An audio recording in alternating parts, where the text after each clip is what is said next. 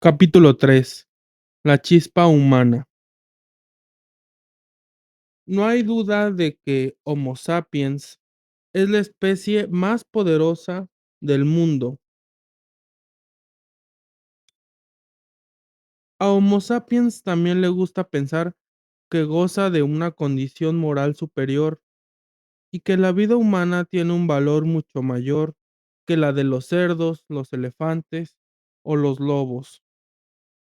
Es la vida humana más preciosa que la porcina simplemente porque el colectivo humano es más poderoso que el colectivo porcino?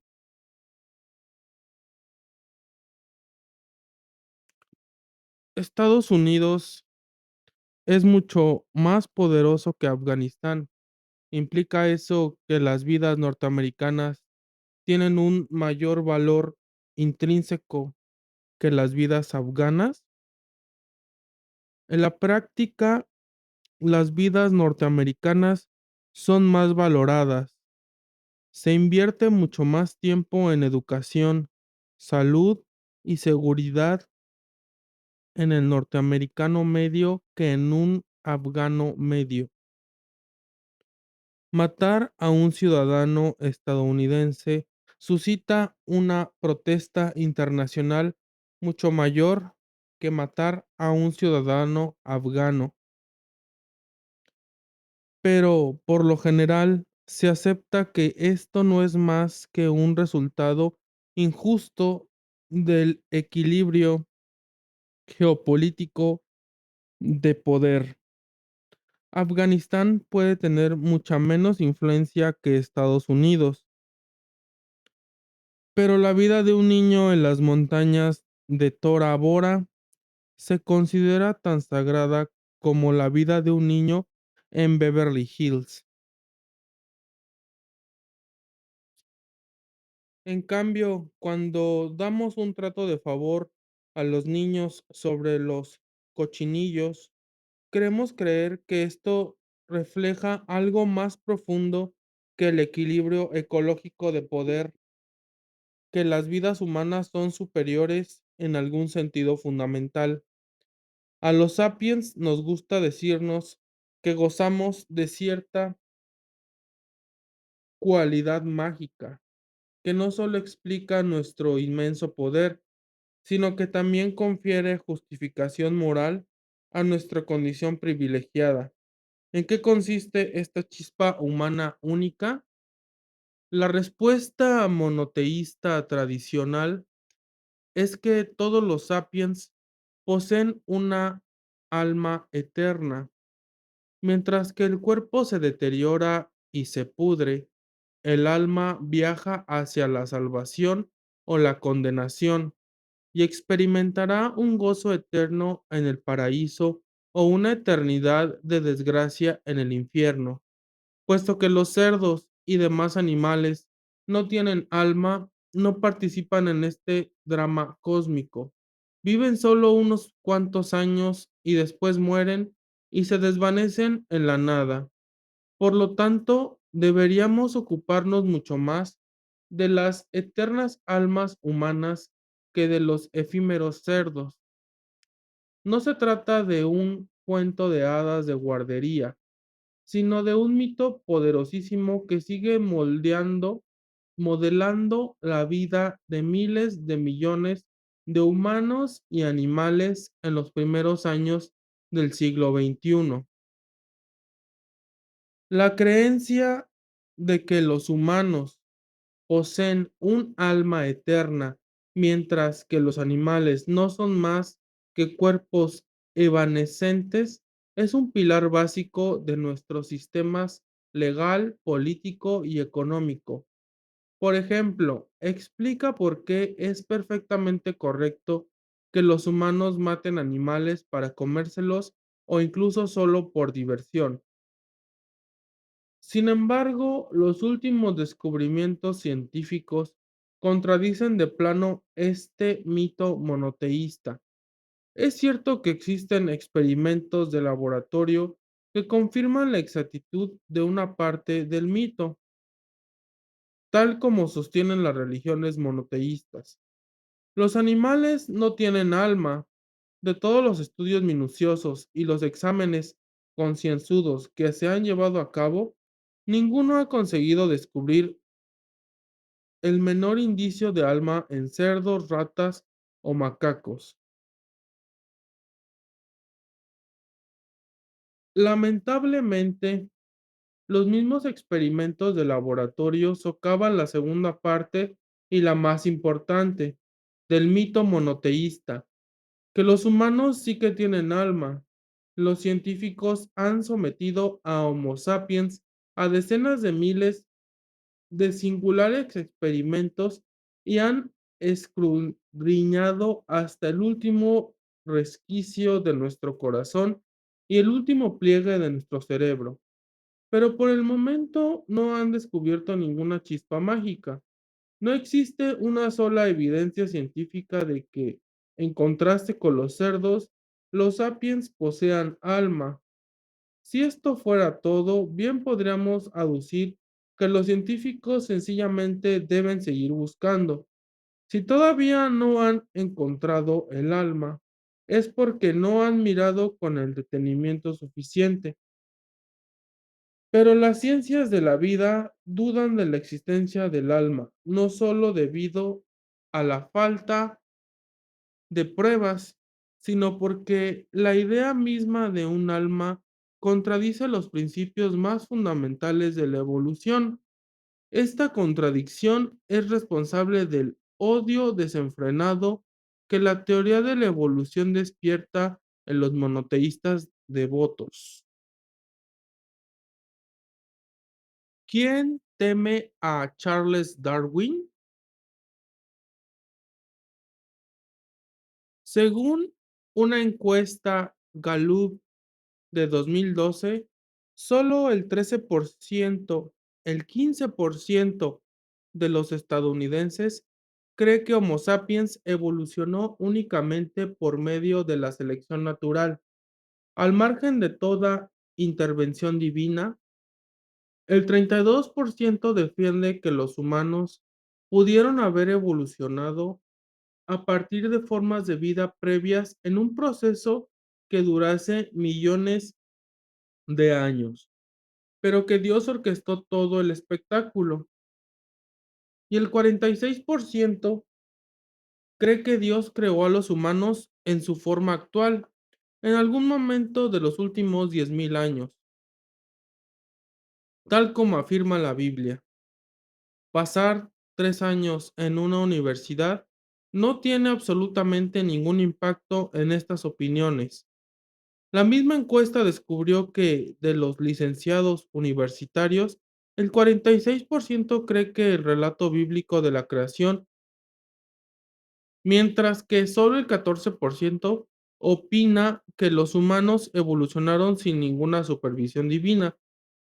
Incluso de los que tienen una maestría y los doctorados, el 25% cree en la Biblia, mientras que solo el 29% atribuye la creación de nuestra especie únicamente a la selección natural. Aunque es evidente que la enseñanza de la evolución en las escuelas es deficiente, los fanáticos religiosos siguen insistiendo en que no debería enseñarse en absoluto. Alternativamente, exigen que a los niños también se les enseñe la teoría del diseño inteligente, según el cual todos los organismos fueron creados por el designio de alguna inteligencia superior, es decir, Dios. Enseñadles ambas teorías, dicen los fanáticos, y dejad que los niños decidan por sí mismos. ¿Por qué provoca estas objeciones la teoría de la evolución? Mientras que a nadie parece preocuparle la teoría de la relatividad o la mecánica cuántica, ¿por qué los políticos no piden que los niños conozcan teorías alternativas acerca de la materia, la energía, el espacio y el tiempo? A fin de cuentas, las ideas de Darwin parecen a primera vista mucho menos amenazadoras que las monstruosidades de Einstein y de Werner Heisenberg.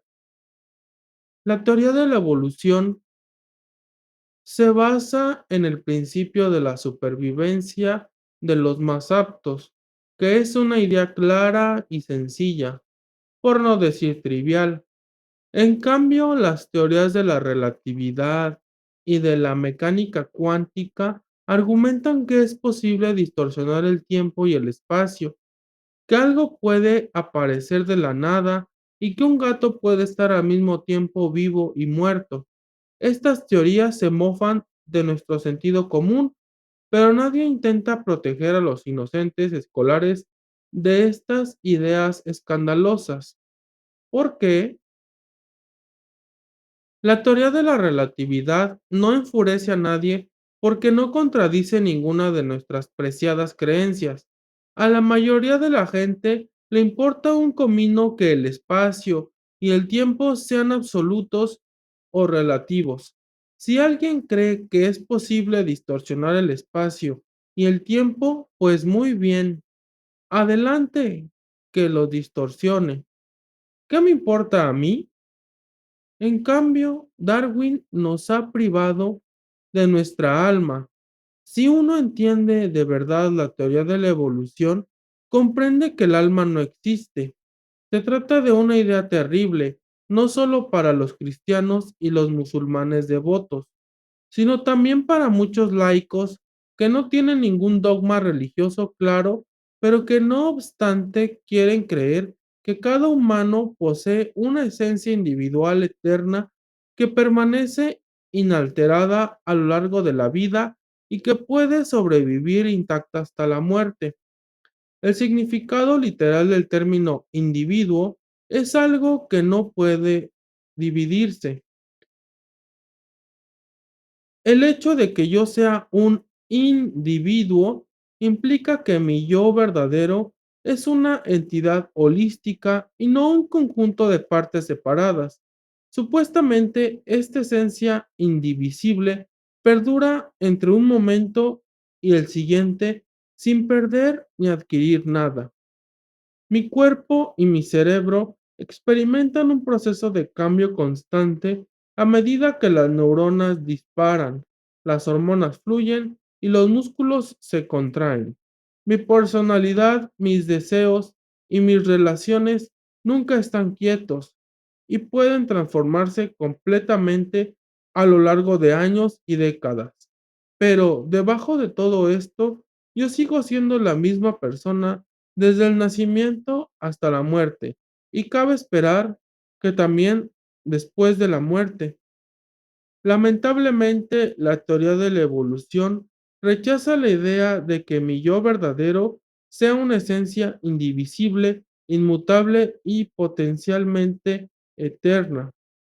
Según la teoría de la evolución, todas las entidades biológicas, desde los elefantes y los robles hasta las células y las moléculas de ADN, están compuestas de partes más pequeñas y simples que se combinan y se separan sin cesar. Elefantes y células han evolucionado de forma gradual como resultado de nuevas combinaciones y divisiones.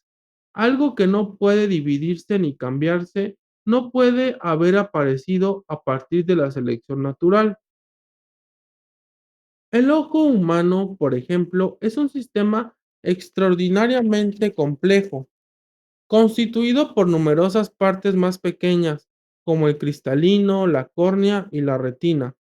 El ojo no surgió completo de la nada, con todos estos componentes. Por el contrario, evolucionó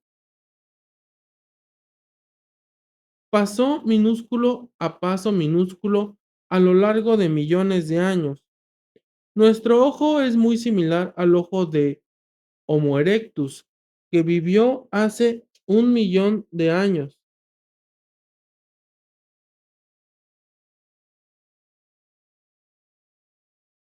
Es algo menos parecido al ojo de Australopithecus, que vivió hace 5 millones de años. Es muy diferente del ojo de Triolestes, que vivió hace 150 millones de años.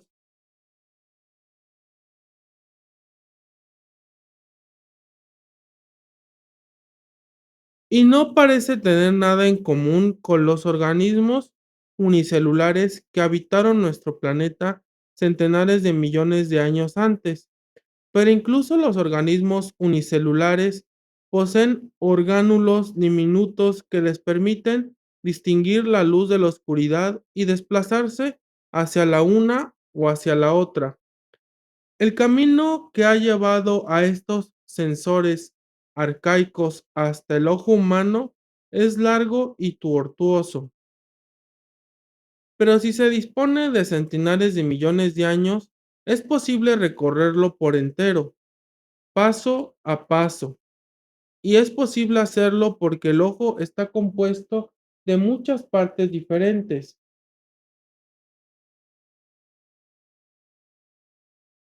Si cada pocas generaciones una pequeña mutación cambia ligeramente una de esas partes, la córnea se vuelve un poco más curva, pongamos por caso.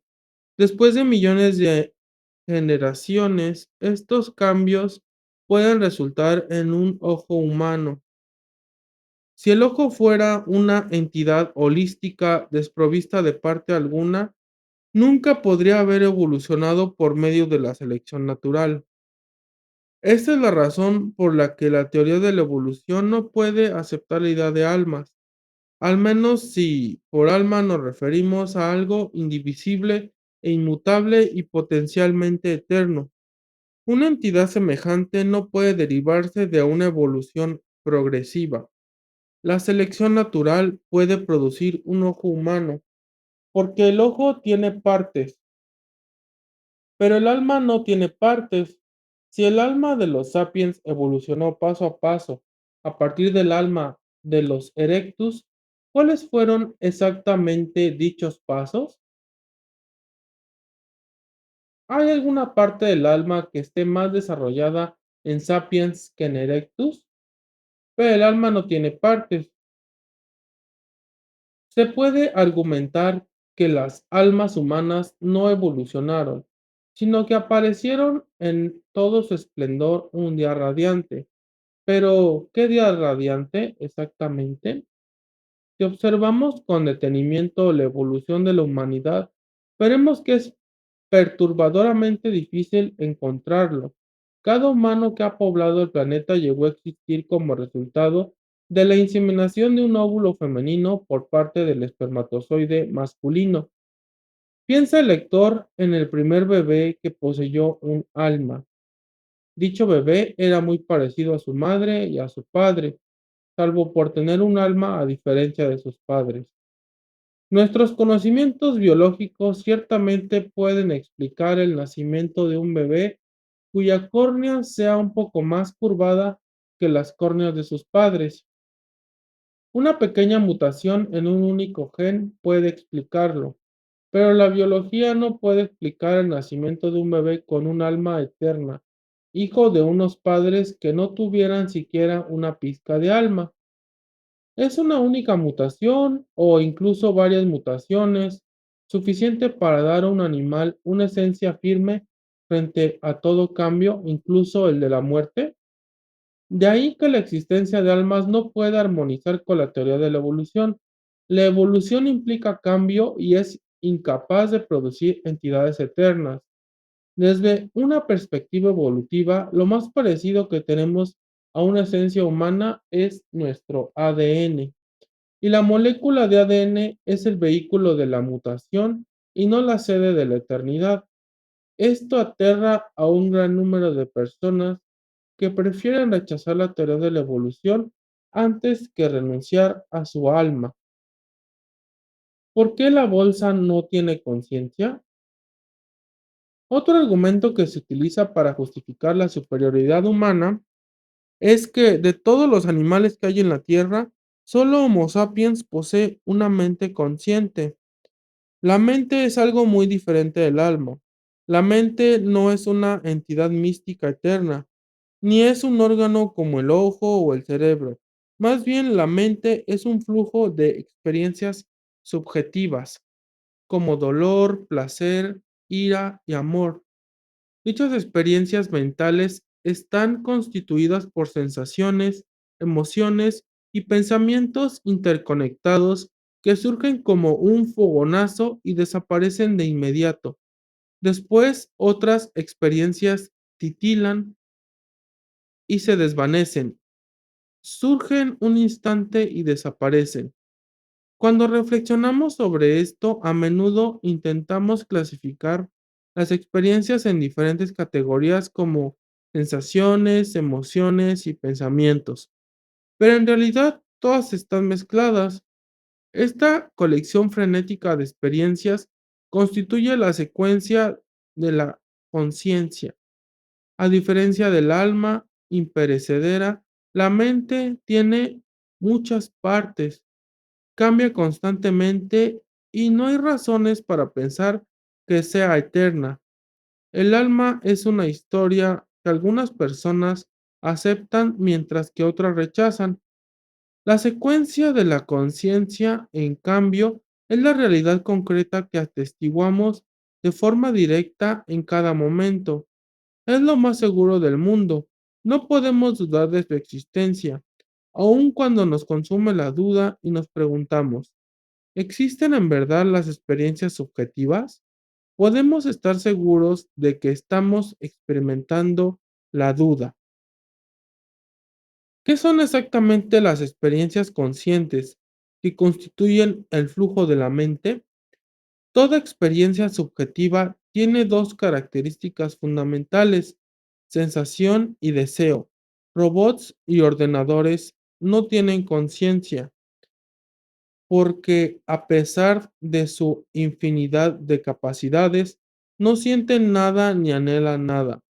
Un robot puede tener un sensor de energía que le indique a su unidad central de procesamiento cuando la batería está a punto de agotarse.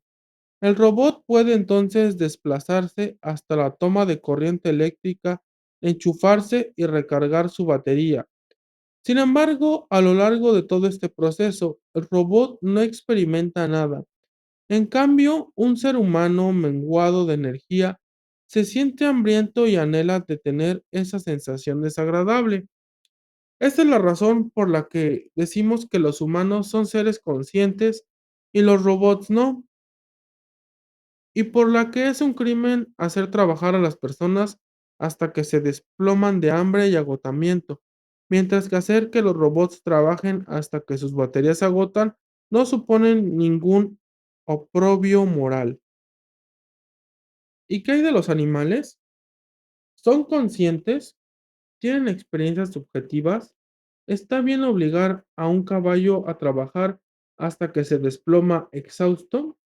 Como se indicó anteriormente, las ciencias de la vida aducen en la actualidad que todos los mamíferos y aves y al menos algunos reptiles y peces tienen sensaciones y emociones. Sin embargo, las teorías más recientes sostienen asimismo que las sensaciones y las emociones son algoritmos bioquímicos de procesamiento de datos, puesto que sabemos que los robots y ordenadores procesan datos sin tener ninguna experiencia subjetiva. ¿Podría ser que ocurriera lo mismo con los animales? De hecho, sabemos que incluso en los humanos, muchos circuitos cerebrales sensoriales y emocionales son capaces de procesar datos e iniciar acciones de manera completamente inconsciente. Podría, pues, ocurrir que detrás de todas las sensaciones y emociones que atribuimos a los animales, hambre, miedo, amor y lealtad, acecharan solo algoritmos inconscientes y no experiencias subjetivas. Dicha teoría es la que defendía el padre de la filosofía moderna, René Descartes. En el siglo XVII, Descartes sostenía que solo los humanos sienten y anhelan, mientras que todos los demás animales son autómatas mecánicos. parecidos a un robot o a una máquina expendedora. Cuando un hombre golpea a un perro, este no siente nada. El perro se encoge y aúlla automáticamente, del mismo modo que una máquina expendedora zumba y prepara un vaso de café sin sentir ni desear nada. Esta teoría era ampliamente aceptada en la época de Descartes. Médicos y estudiosos del siglo XVII diseccionaban perros vivos y observaban el funcionamiento de sus órganos internos, sin anestesia ni escrúpulos. No veían nada malo en ello, igual que nosotros no vemos nada malo en abrir la tapa de una máquina expendedora y observar sus engranajes y cintas transportadoras. A principios del siglo XXI, mucha gente sigue aduciendo que los animales no tienen conciencia o a lo sumo que tienen un tipo de conciencia muy diferente e inferior. Para decidir si los animales tienen una mente consciente similar a la nuestra, antes debemos entender mejor cómo funciona la mente y qué función desempeña. Se trata de cuestiones tremendamente difíciles, pero vale la pena dedicarles algo de tiempo, porque la mente será la heroína de varios de los capítulos que siguen. No podremos comprender todas las implicaciones de nuevas tecnologías como la inteligencia artificial si no sabemos qué es la mente. De ahí que dejemos de lado un momento la cuestión concreta de la mente animal y examinemos qué es lo que la ciencia sabe acerca de la mente y de la conciencia en general.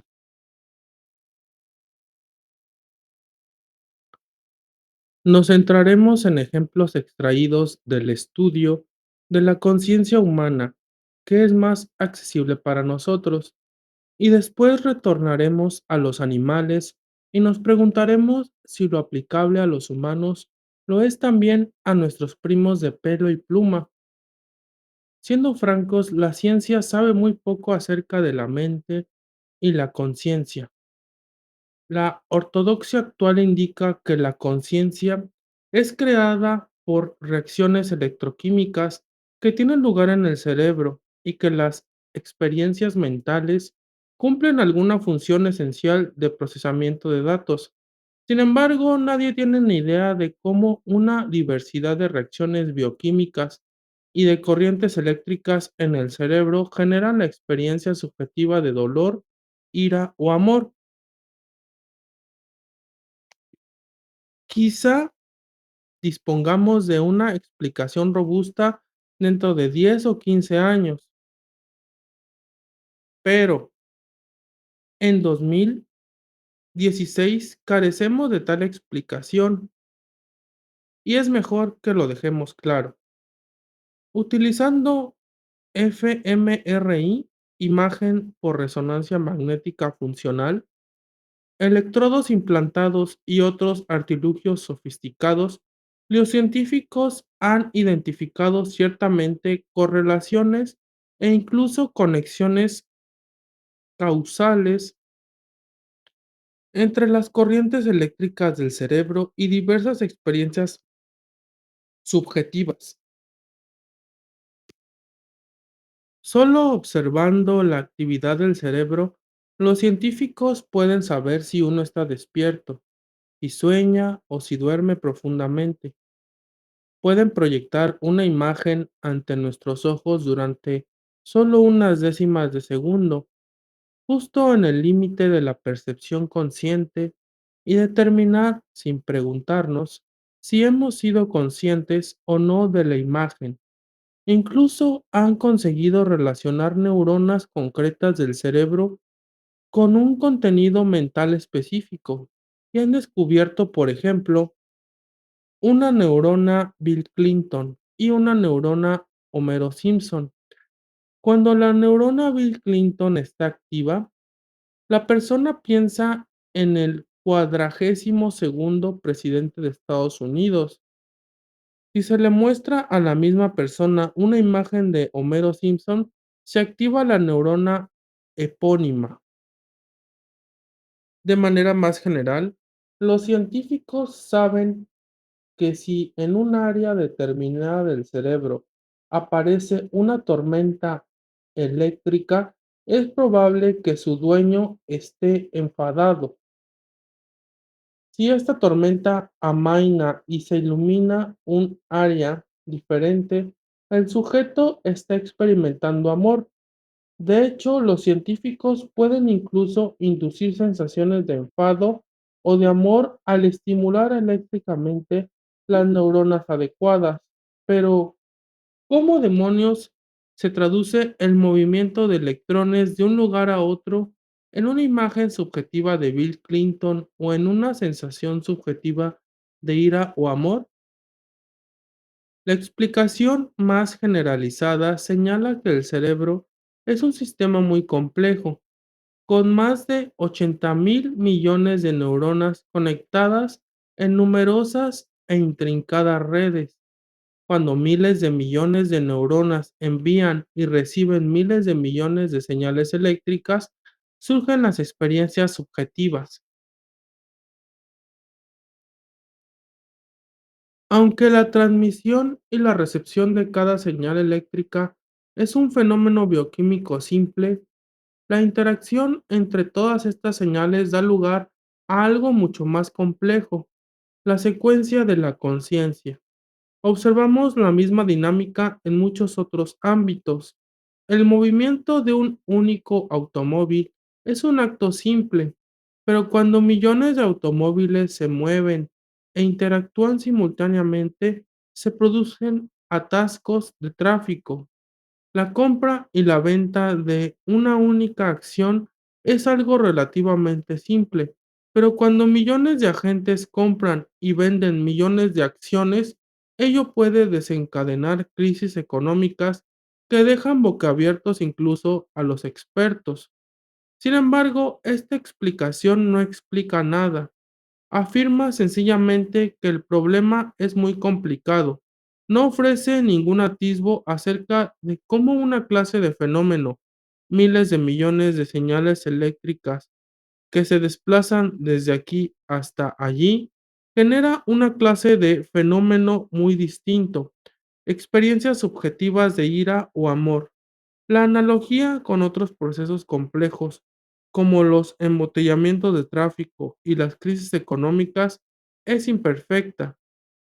¿Qué crea un embotellamiento de tráfico? Si seguimos a un único automóvil, nunca lo entenderemos.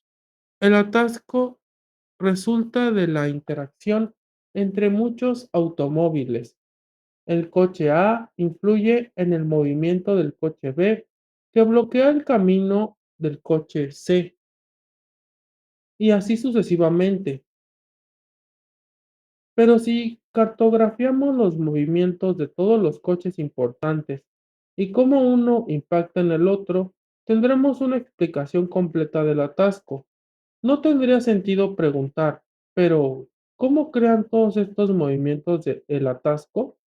Porque atasco de tráfico es simplemente el término abstracto que los humanos decidimos usar para este conjunto determinado de acontecimientos. En cambio, ira no es un término abstracto que hayamos decidido usar como resumen de miles de millones de señales eléctricas del cerebro. La ira es una experiencia extremadamente concreta con la que la gente estaba familiarizada mucho antes de que supiera nada de electricidad.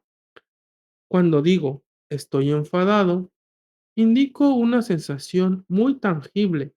Si describimos de qué manera una reacción química en una neurona resulta en una señal eléctrica, y cómo miles de millones de reacciones similares resultan en miles de millones de señales adicionales, sigue teniendo sentido preguntar, pero ¿cómo se unen estos miles de millones de sucesos para crear mi sensación concreta de ira?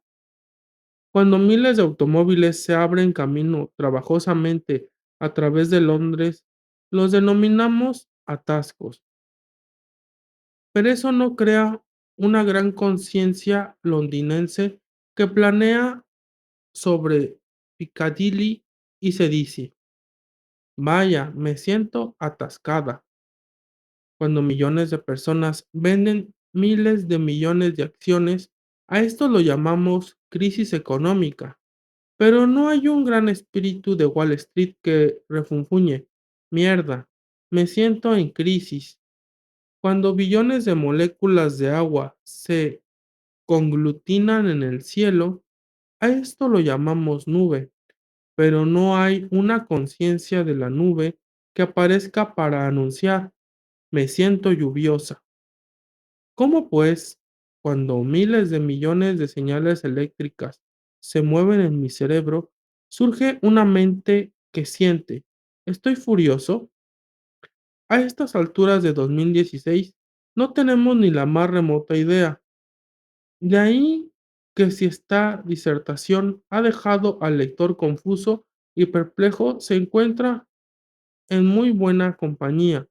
También los mejores científicos están muy lejos de descifrar el enigma de la mente y la conciencia. Una de las cosas maravillosas que tiene la ciencia es que cuando los científicos no saben algo, pueden probar todo tipo de teorías, conjeturas, pero al final acaban por admitir su ignorancia. La ecuación de la vida.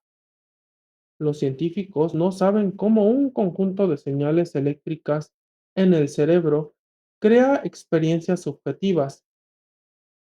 Y lo que es más importante, tampoco saben cuál podría ser el beneficio evolutivo de semejante fenómeno. Es la mayor laguna en nuestra comprensión de la vida. Los humanos tienen pies porque durante millones de generaciones los pies permitieron a nuestros antepasados perseguir conejos y escapar de leones. Los humanos tienen ojos porque durante incontables milenios los ojos permitieron a nuestros ancestros ver hacia dónde se dirigía el conejo y de dónde llegaba el león. Pero, ¿por qué tienen los humanos experiencias subjetivas de hambre y miedo? No hace mucho, los biólogos dieron una respuesta muy sencilla. Las experiencias subjetivas son esenciales para nuestra supervivencia.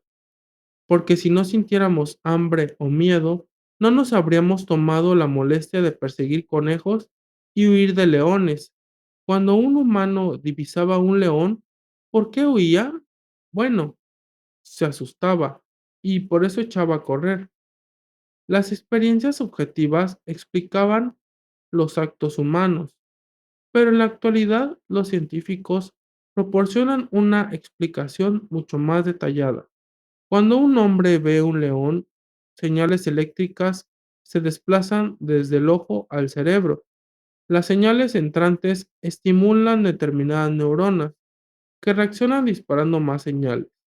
Estas estimulan las siguientes neuronas que disparan a su vez. Si hay suficientes neuronas adecuadas que disparan a un ritmo lo bastante rápido, se envían órdenes a las glándulas adrenales para que inunden el cuerpo con adrenalina y se ordena al corazón que lata más deprisa, mientras que neuronas en el centro motor envían señales a lo largo de los músculos de las piernas para que empiecen a extenderse y contraerse, y así el hombre se aleja corriendo del león. Irónicamente, cuando mejor describimos este proceso, más difícil resulta explicar las sensaciones conscientes. Cuanto mejor entendemos el cerebro, más superflua parece la mente. Si todo el sistema funciona mediante señales eléctricas que pasan de aquí a allá, ¿por qué demonios también necesitamos sentir miedo? Si una cadena de reacciones electroquímicas procedente de las células nerviosas del ojo acaba produciendo los movimientos de los músculos de las piernas, ¿por qué añadir experiencias subjetivas a esa cadena? ¿Qué es lo que hacen? Innumerables fichas de dominó pueden caer una tras otra sin ninguna necesidad de tener experiencias subjetivas. ¿Por qué necesitan sensaciones las neuronas para estimularse entre sí o para ordenar a la glándula adrenal que empiece a bombear? En realidad, el 99% de las actividades corporales, entre ellas los movimientos musculares y las secreciones hormonales, tienen lugar sin duda, sin ninguna necesidad de experimentar sensaciones conscientes. Así pues, ¿por qué neuronas, músculos y glándulas necesitan dichas sensaciones en el restante 1% de los casos? El lector podría argumentar que necesitamos una mente porque la mente almacena recuerdos, hace planes y detona de manera autónoma imágenes e ideas completamente nuevas. No solo responde a estímulos externos. Por ejemplo, cuando un hombre ve un león, no reacciona rápidamente a la vista del depredador. Recuerda que hace un año un león se comió a su abuela. Imagina cómo se sentiría si un león lo despedazara. Contempla la suerte que correrían sus hijos huérfanos. Por eso huye. De hecho, muchas reacciones en cadena empiezan con la propia iniciativa de la mente y no con ningún estímulo externo inmediato. Así, el recuerdo de algún ataque anterior de un león podría aparecer de repente y espontáneamente en la mente de un hombre, lo que le haría pensar en el peligro que suponen los leones. Entonces el hombre reúne a la tribu y entre todos idean nuevos métodos para ahuyentar a los leones. Pero, un momento, ¿qué son todos esos recuerdos, imaginaciones y pensamientos? ¿Dónde existen? Según las teorías biológicas actuales, nuestros recuerdos, imaginaciones y pensamientos no existen en una especie de campo inmaterial superior. También ellos son avalanchas de señales eléctricas disparadas por miles de millones de neuronas. De ahí que cuando relatamos recuerdos, imaginaciones y pensamientos, conservamos aún una serie de reacciones electroquímicas que pasan por miles de millones de neuronas y que concluyen con la actividad de las glándulas adrenales y de los músculos de las piernas. ¿Existe a lo largo de este camino largo y tortuoso siquiera un único paso en el que entre la acción de una neurona y la reacción de una segunda neurona, la mente intervenga y decida si la segunda neurona disparará o no? ¿Hay algún movimiento material, incluso de un único electrón, que sea causado por la experiencia subjetiva del miedo y no por el movimiento previo de alguna otra partícula? Si no existe tal movimiento, y si cada electrón se mueve debido a que otro electrón se movió anteriormente, ¿por qué necesitamos experimentar miedo? No tenemos ninguna prisa. Los filósofos han resumido este enigma en una pregunta capciosa. ¿Qué ocurre en la mente que no ocurre en el cerebro? Si nada ocurre en la mente, excepto lo que ocurre en nuestra voluminosa red de neuronas, entonces, ¿para qué necesitamos la mente? Si algo ocurre en la mente,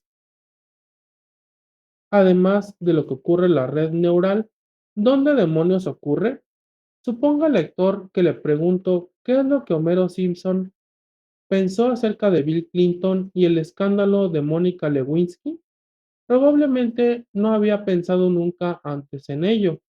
De modo que su mente necesita fusionar ahora dos recuerdos que hasta el momento no estaban relacionados y quizá evocar una imagen de Homero bebiendo cerveza al tiempo que ve en la televisión al presidente pronunciando el discurso de yo no tuve relaciones sexuales con esa mujer. ¿Dónde se produce esta fusión? Algunos neurocientíficos aducen que la fusión se produce en el área de trabajo global, creada por la interacción de muchas neuronas, pero el término área de trabajo es solo una metáfora. ¿Cuál es la realidad que subyace a la metáfora? ¿Dónde se encuentran y se fusionan en verdad los diferentes fragmentos de información? Según las teorías actuales, ello no tiene lugar en alguna quinta dimensión platónica. Más bien, tiene lugar, digamos, donde dos neuronas previamente no conectadas empiezan de repente a enviarse señales la una a la otra. Una nueva sinapsis se forma entre la neurona Bill Clinton y la neurona Homero Simpson. Pero si es así, ¿por qué necesitamos la experiencia consciente del recuerdo, además del acontecimiento físico de las dos neuronas que se conectan? Podemos plantar el mismo enigma en términos matemáticos. El dogma actual sostiene que los organismos son algoritmos y que los algoritmos pueden representarse en formas matemáticas. Se pueden emplear números y símbolos matemáticos para escribir la serie de pasos que una máquina expendedora efectúa para hacer un vaso de té y la serie de pasos que el cerebro da cuando recibe la alarma de la proximidad de un león. En tal caso, y si las experiencias conscientes cumplen alguna función importante, estas deben tener una representación matemática, porque son una parte esencial del algoritmo.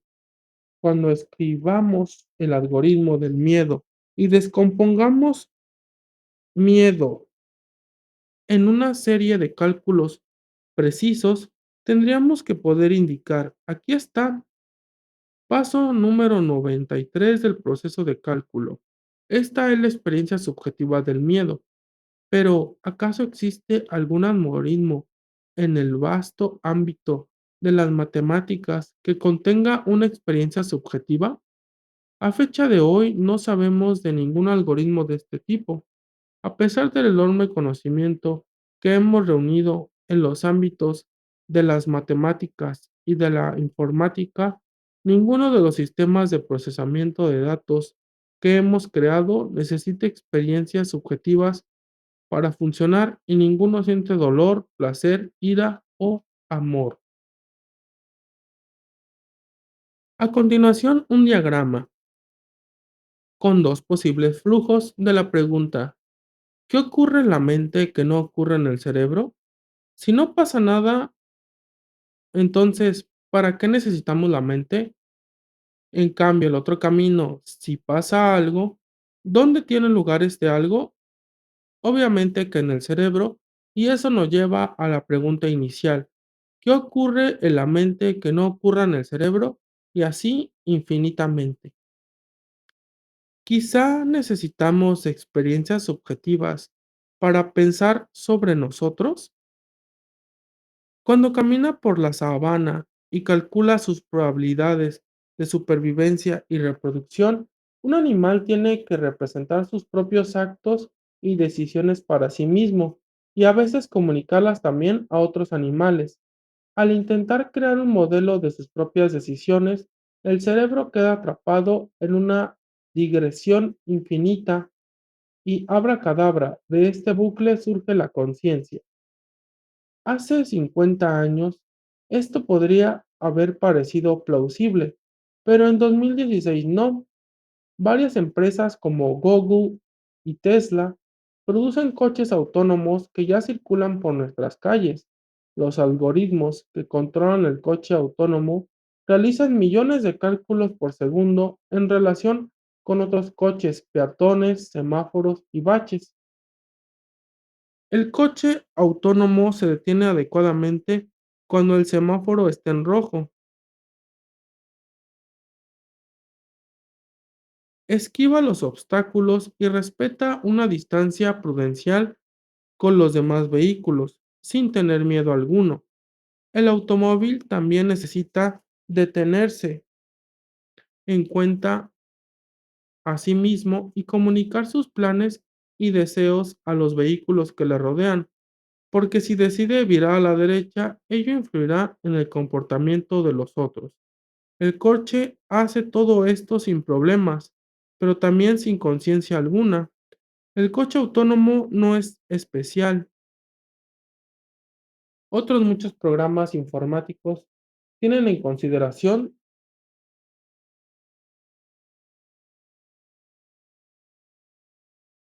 si no podemos explicar la mente y si no sabemos qué función cumple, ¿por qué no sencillamente la desechamos? La historia de la ciencia está repleta de conceptos y teorías que se abandonaron. Por ejemplo, los primeros científicos modernos que intentaron explicar el movimiento de la luz postularon la existencia de una sustancia llamada éter que supuestamente llena todo el universo. Se creía que la luz eran ondas de éter. Sin embargo, los científicos no consiguieron encontrar ninguna prueba empírica de la existencia del éter, al tiempo que daban con teorías de la luz alternativas y mejores. En consecuencia, tiraron el éter al cubo de la basura de la ciencia.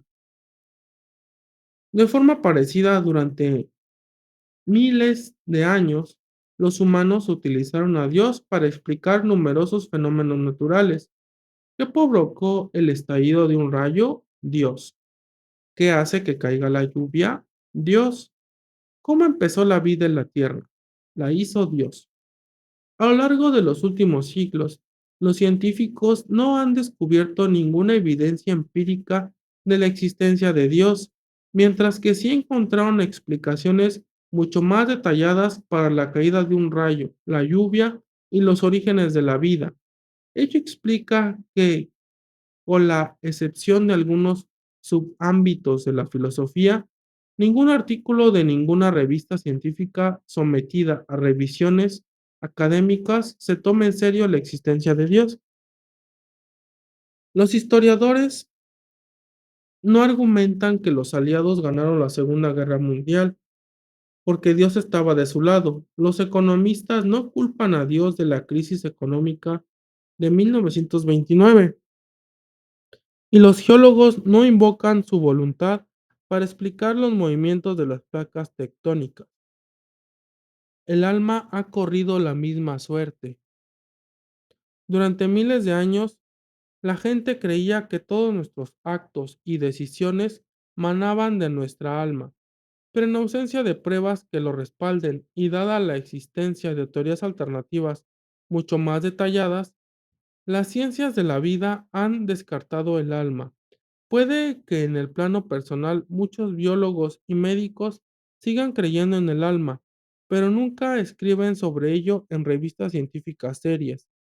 ¿Acaso la mente debe unirse al alma, a Dios y al éter en el cubo de la basura de la ciencia?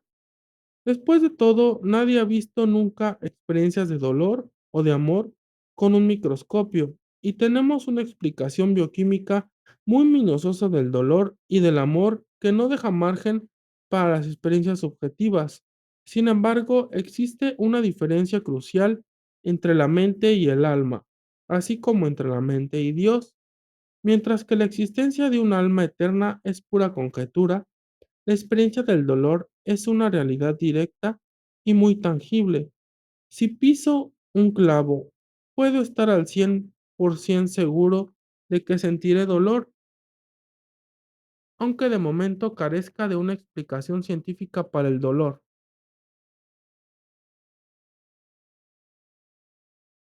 En cambio, no puedo estar seguro de que si la herida se infecta y muero a consecuencia de la gangrena, mi alma continúa existiendo. Es una opción muy interesante y reconfortante en la que me encantaría creer, pero no tengo ninguna prueba directa de su veracidad, puesto que todos los científicos experimentan constantemente sensaciones subjetivas, como el dolor y la duda. No pueden negar su existencia. Otra manera de desestimar la mente y la conciencia es negar su importancia en lugar de su existencia. Algunos científicos, como Daniel Dennett y Stanislas Daen, aducen que es posible dar respuesta a todas las cuestiones relevantes estudiando las actividades cerebrales, sin recurrir en absoluto a experiencias subjetivas. de modo que los científicos pueden borrar de su vocabulario y sus artículos sin correr ningún riesgo mente, conciencia y experiencias subjetivas. Sin embargo, como veremos en los siguientes capítulos, todo el edificio de la política y la ética moderna está construido sobre experiencias subjetivas y pocos dilemas éticos pueden resolverse con referencias estrictas a las actividades cerebrales. Por ejemplo, ¿qué hay de malo en la tortura o en una violación? Desde la perspectiva puramente neurológica, cuando un humano es torturado o violado, en el cerebro tienen lugar determinadas reacciones bioquímicas y varias señales eléctricas se desplazan de un grupo de neuronas a otro. ¿Qué es lo que podría haber de malo en eso? La mayoría de las personas modernas tienen reparos éticos con respecto a la tortura y a la violación debido a las experiencias objetivas que implican. Si algún científico quiere argumentar que las experiencias subjetivas son irrelevantes, su desafío es explicar por qué la tortura o la violación están mal sin hacer referencia a ninguna experiencia subjetiva. Finalmente, algunos científicos admiten que la conciencia es real y que, en efecto, puede tener un elevado valor moral y político, pero que no lleva a cabo ningún tipo de función biológica. La conciencia es el subproducto biológicamente inútil de determinados procesos cerebrales. Los aviones a reacción emiten un gran estruendo, pero el ruido no es lo que impulsa el avión y hace que éste vuele.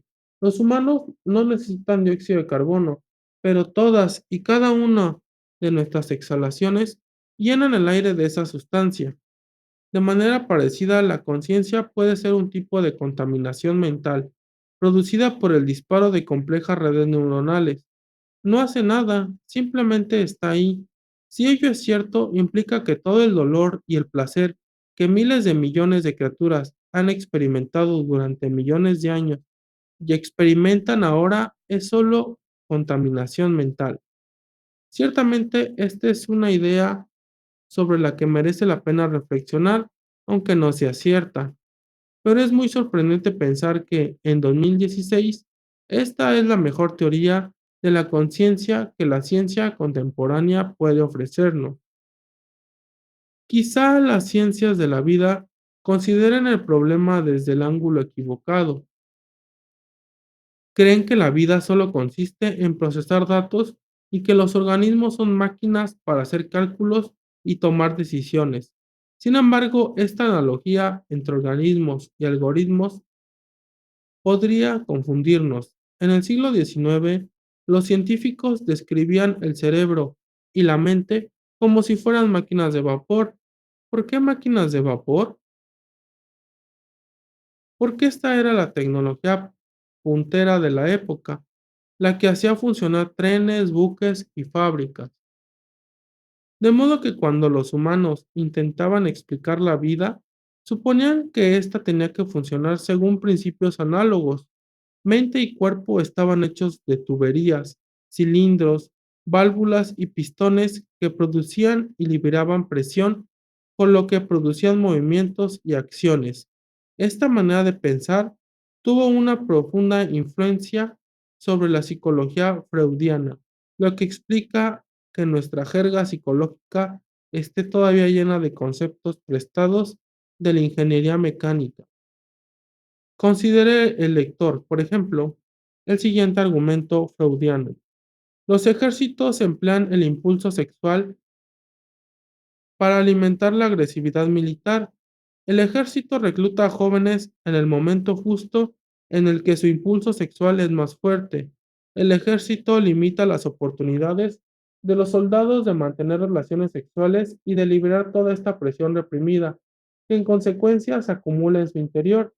Después, el ejército redirige esa presión acumulada y permite que se libere en forma de agresividad militar.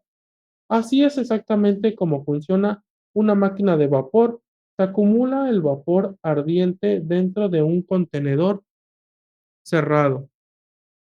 El vapor genera cada vez más presión hasta que abrimos una válvula y liberamos la presión en una dirección predeterminada, empleándola para impulsar un tren o un telar. No solo en los ejércitos, sino en todos los ámbitos de actividad, solemos quejarnos de la presión que aumenta en nuestro interior y tememos que, a menos que nos desahoguemos, podríamos explotar. En el siglo XXI parece infantil comparar la psique humana con una máquina de vapor. Ahora conocemos una tecnología mucho más sofisticada, el ordenador, de manera que explicamos la psique humana como si fuera un ordenador que procesa datos en lugar de una máquina de vapor que regula la presión. Pero puede resultar que esta nueva analogía sea tan ingenua como la otra. A fin de cuentas, los ordenadores no tienen mente, no desean nada aunque tengan un virus, e Internet no siente dolor incluso cuando regímenes autoritarios impiden a países enteros acceder a la red. Así pues, ¿por qué utilizamos los ordenadores como modelo para comprender la mente? Bien, ¿estamos realmente seguros de que los ordenadores no tienen sensaciones o deseos? E incluso si en la actualidad no los tienen, quizá cuando se vuelvan lo bastante complejos, ¿podrían desarrollar conciencia? Si esto fuera a ocurrir, ¿cómo podríamos determinarlo? Cuando los ordenadores sustituyan a nuestro conductor de autobús, a nuestro profesor y a nuestro psiquiatra, ¿cómo podremos saber si tienen sentimientos o si solo son un conjunto de algoritmos mecánicos? En lo relativo a los humanos, hoy somos capaces de diferenciar entre experiencias mentales conscientes y actividades cerebrales no conscientes. Aunque estamos lejos de comprender la conciencia, los científicos han conseguido identificar algunas de sus rúbricas electroquímicas. Para hacerlo, comenzaron con la asunción de que siempre que los humanos informan de que son conscientes de algo, pueden ser creídos. Basándose en esta asunción, los científicos pudieron aislar después patrones cerebrales específicos que aparecen cada vez que los humanos informan de ser conscientes, pero que nunca aparecen durante estados inconscientes. Esto ha permitido a los científicos determinar, por ejemplo, si una víctima de apoplejía que aparentemente se halla en un estado vegetativo ha perdido por completo la conciencia o solo ha perdido el control del cuerpo y del habla. Si el cerebro del paciente exhibe las rúbricas que delatan la conciencia, probablemente esté consciente, aunque no pueda moverse ni hablar. En realidad, los médicos han conseguido en fechas recientes comunicarse con estos pacientes utilizando fMRI. Formulan a los pacientes preguntas de respuesta cerrada, sí, no, y les piden que imaginen que están jugando al tenis si la respuesta es sí, y que visualicen el emplazamiento de su hogar si la respuesta es no. Los médicos pueden observar enfoques, entonces, de qué manera la corteza motora se ilumina cuando los pacientes imaginan que juegan al tenis, lo que significa sí, mientras que no viene indicado por la activación de áreas cerebrales responsables de la memoria espacial. Esto está muy bien para los humanos, pero ¿y para los ordenadores? Puesto que los ordenadores con base de silicio tienen estructuras muy diferentes a las redes neuronales de los humanos, con base de carbono, puede que las rúbricas humanas de la conciencia no sean relevantes para ellos. Al parecer, estamos atrapados en un círculo vicioso, empezando con la asunción de que podemos creer a los humanos cuando informan de que están conscientes. Podemos identificar las rúbricas de la conciencia humana y después emplear estas rúbricas para demostrar que los humanos están conscientes. Pero si una inteligencia artificial informa de que está consciente, ¿acaso podemos creerla sin más? Ya hace miles de años que los filósofos advirtieron que no hay manera de demostrar de forma concluyente que nadie que no seamos nosotros mismos posee una mente. De hecho, incluso en el caso de los demás humanos, simplemente suponemos que tienen conciencia. No podemos saberlo con certeza. Es posible que yo sea el único ser humano de todo el universo que sienta algo y que todos los demás humanos y animales sean solo robots automáticos. Quizá estoy soñando y todas las personas con que me encuentro no son más que personajes de mi sueño. Quizá estoy atrapado dentro de un mundo virtual y todos los seres que veo son solo simulaciones.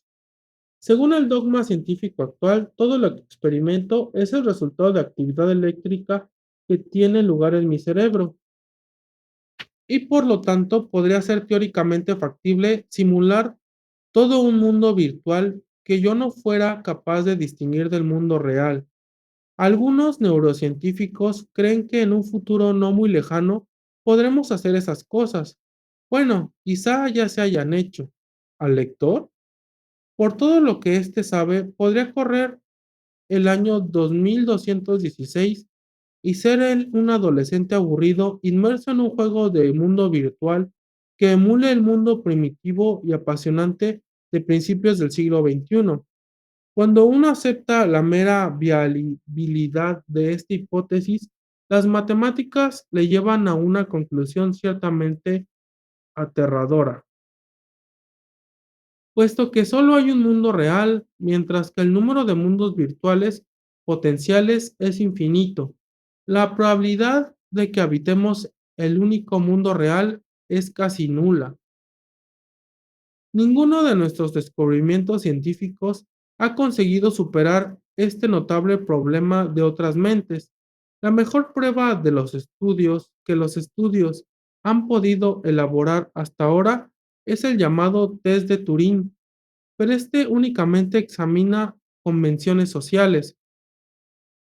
Según el test de Turing, con el fin de determinar si un ordenador posee una mente, uno ha de comunicarse simultáneamente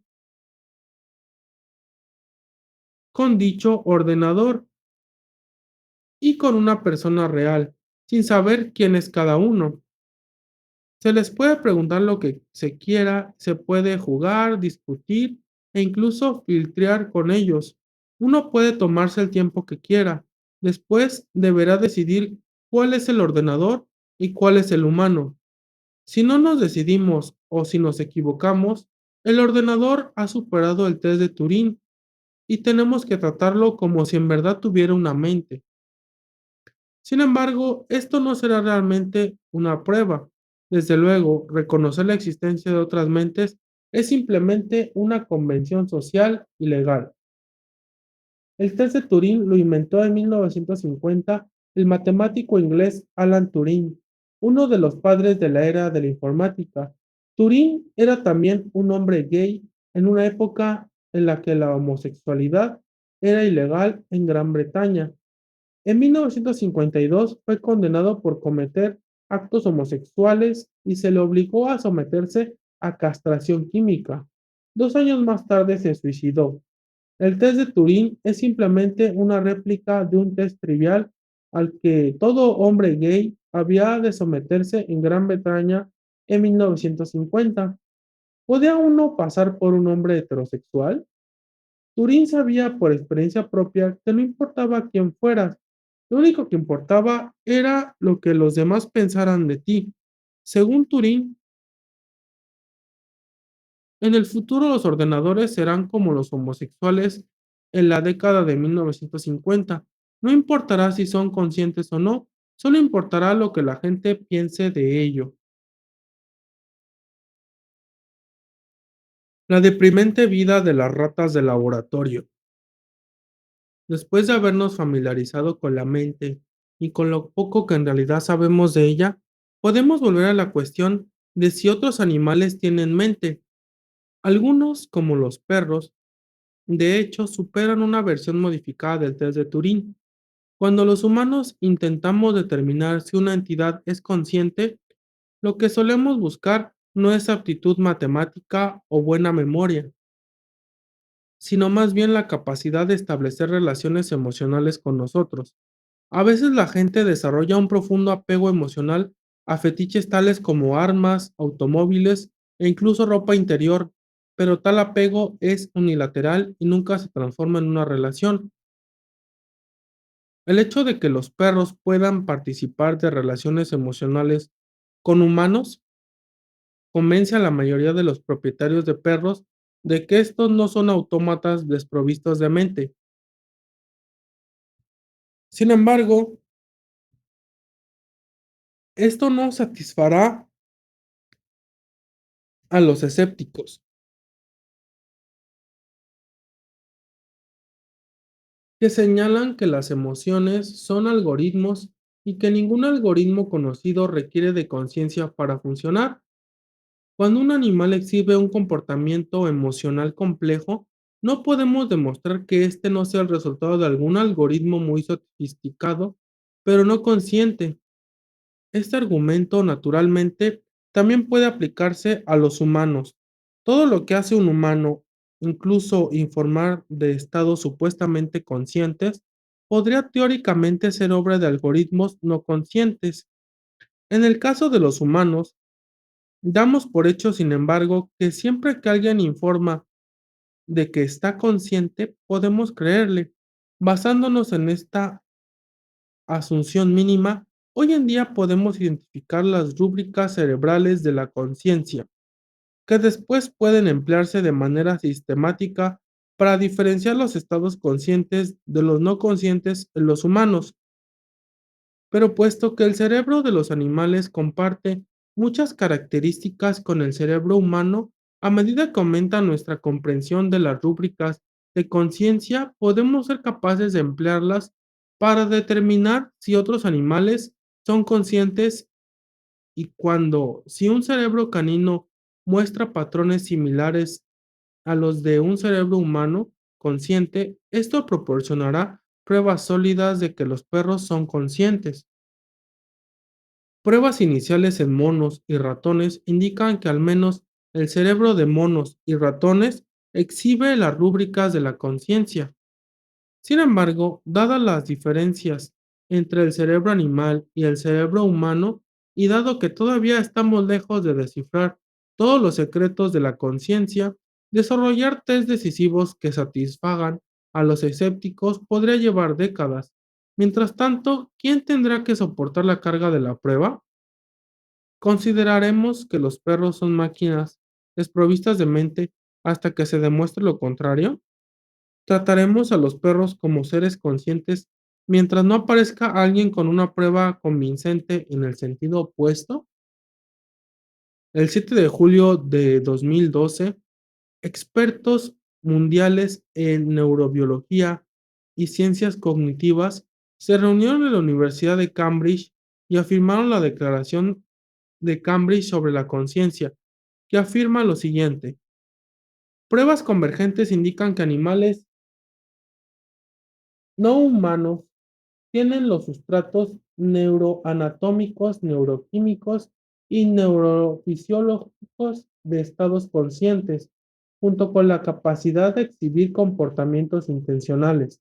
En consecuencia, el peso de la evidencia indica que los humanos no son únicos en poseer los sustratos neurológicos que generan conciencia. Los animales no humanos, que incluyen todos los mamíferos y aves, y a todos muchos animales, entre ellos los pulpos, poseen asimismo estos sustratos neurológicos. Esta declaración se queda apenas a un paso de afirmar que otros animales son conscientes, porque todavía no tenemos la pistola humeante, pero lo que sí hace claramente es pasar la carga de la prueba a los que creen lo contrario. En respuesta a los vientos cambiantes de la comunidad científica, en mayo de 2015, Nueva Zelanda se erigió en el primer país del mundo en reconocer legalmente a los animales como seres sensibles. Cuando el Parlamento de Nueva Zelanda aprobó la enmienda a la Ley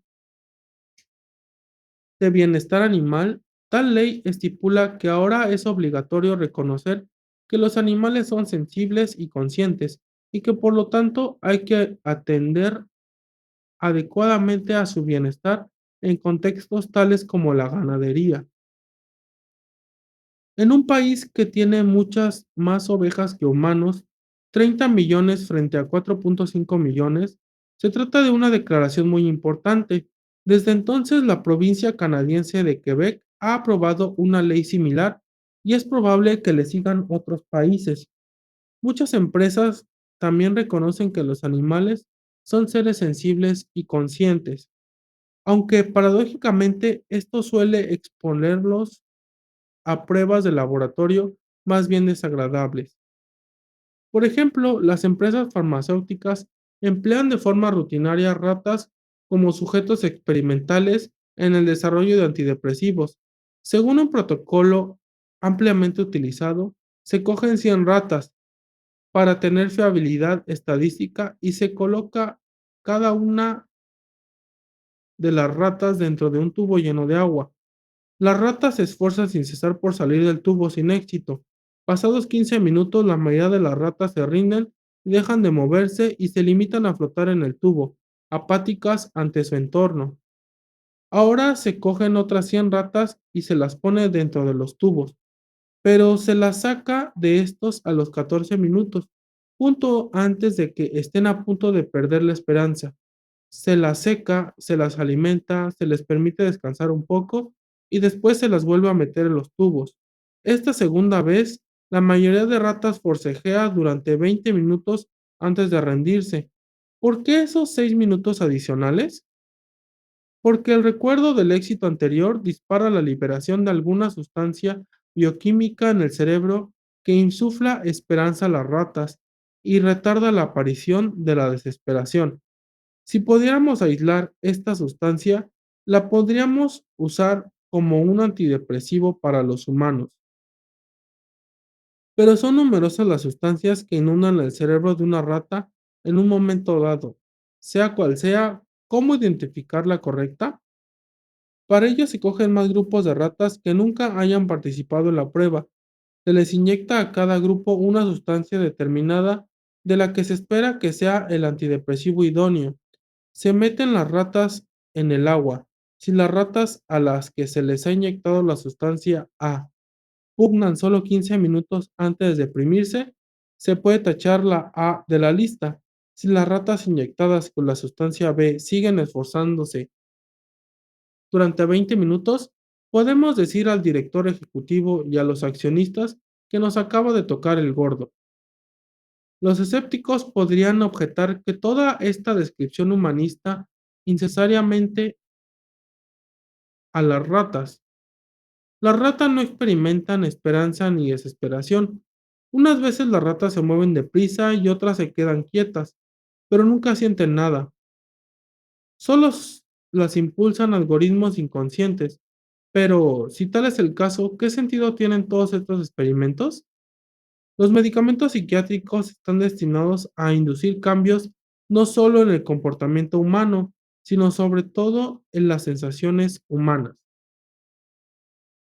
Cuando un cliente va a la consulta de un psiquiatra y le dice, doctor, deme algo que me saque de esta depresión, no quiero un estimulante mecánico que haga que se mueva febrilmente mientras sigue sintiéndose triste. Quiere sentirse alegre. Realizar experimentos con ratas puede ayudar a las empresas a desarrollar esta píldora.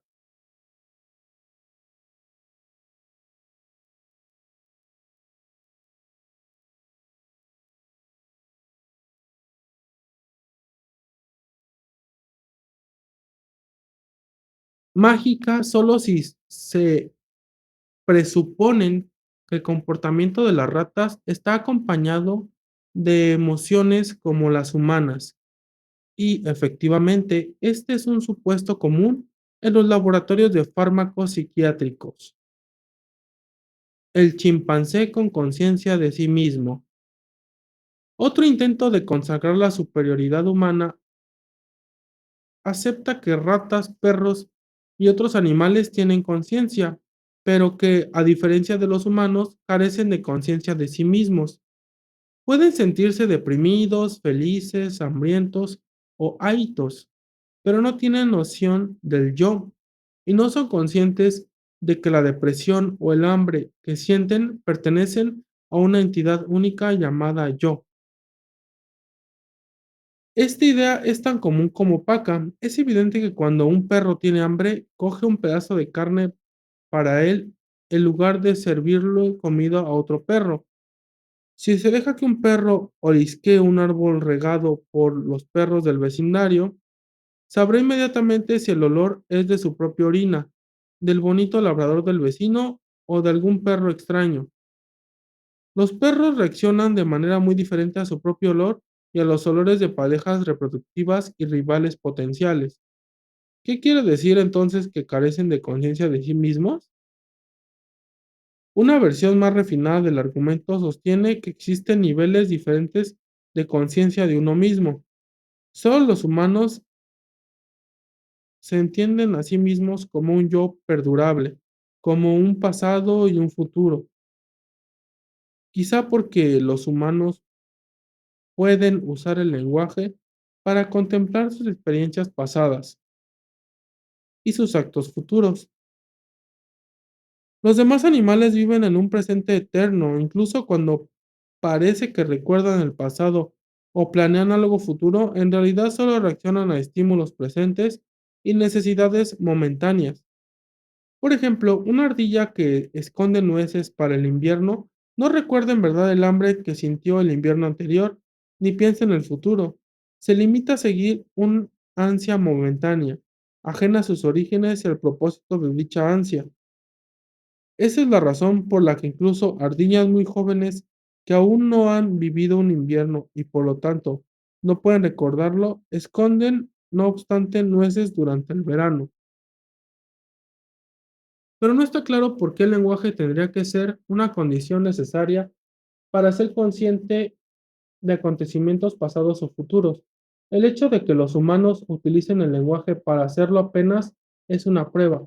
Los humanos también emplean el lenguaje para expresar su amor o su miedo, pero otros animales bien pueden experimentar e incluso expresar amor y miedo de forma no verbal. De hecho, los mismos humanos son conscientes a veces de acontecimientos pasados y futuros sin verbalizarlos, especialmente en estados de sueño. Podemos ser conscientes de las relaciones enteras no verbales que al despertar intentamos describir en palabras. Varios experimentos indican que al menos algunos animales, entre los que se concentran aves como los loros y las charas californianas, recuerdan sucesos individuales y planifican conscientemente eventualidades futuras. Sin embargo, es imposible demostrar esto más allá de toda duda, porque el margen de lo sofisticado que es el comportamiento que un animal exhiba, los escépticos siempre podrán aducir que es el resultado de algoritmos inconscientes de su cerebro y no de imágenes conscientes de su mente. Para ilusionar Para ilustrar este problema, considere el lector el caso de Santino, un chimpancé macho del zoológico de Furuby, en Suecia. Para mitigar el aburrimiento en su recinto, Santino desarrolló una emocionante afición: lanzar piedras a los visitantes. En sí mismo no se trata de un hecho insólito. Los chimpancés airados suelen lanzar piedras, palos e incluso excrementos. Sin embargo, Santino planificaba sus movimientos con antelación. A primera hora de la mañana, mucho antes de que el zoológico abriera las puertas del público, Santino ya había reunido proyectiles y los había colocado en un montón, sin mostrar ningún indicio visible de enfado. Guías y visitantes pronto aprendieron a estar atentos a Destino, en especial cuando lo veían de pie junto a un montón de piedras, de manera que éste tenía cada vez mayores dificultades en encontrar blancos. En mayo de 2010, Santino respondió con una nueva estrategia. A primera hora de la mañana cogía balas de paja de su dormitorio y las colocaba cerca de la pared del recinto, donde se suelen reunir los visitantes para observar a los chimpancés. Después recogía piedras y las escondía bajo la paja. Aproximadamente una hora después, cuando los primeros visitantes se acercaban, Santino aparentaba indiferencia, sin mostrar indicios de irritación o agresividad.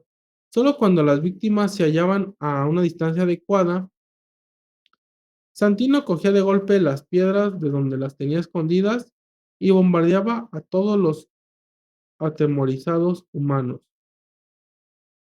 que se dispersaban en todas direcciones. En el verano de 2012, Santino aceleró la carrera armamentista al esconder piedras no solo bajo las balas de paja, sino también en troncos de árboles, edificaciones y cualquier otro lugar adecuado.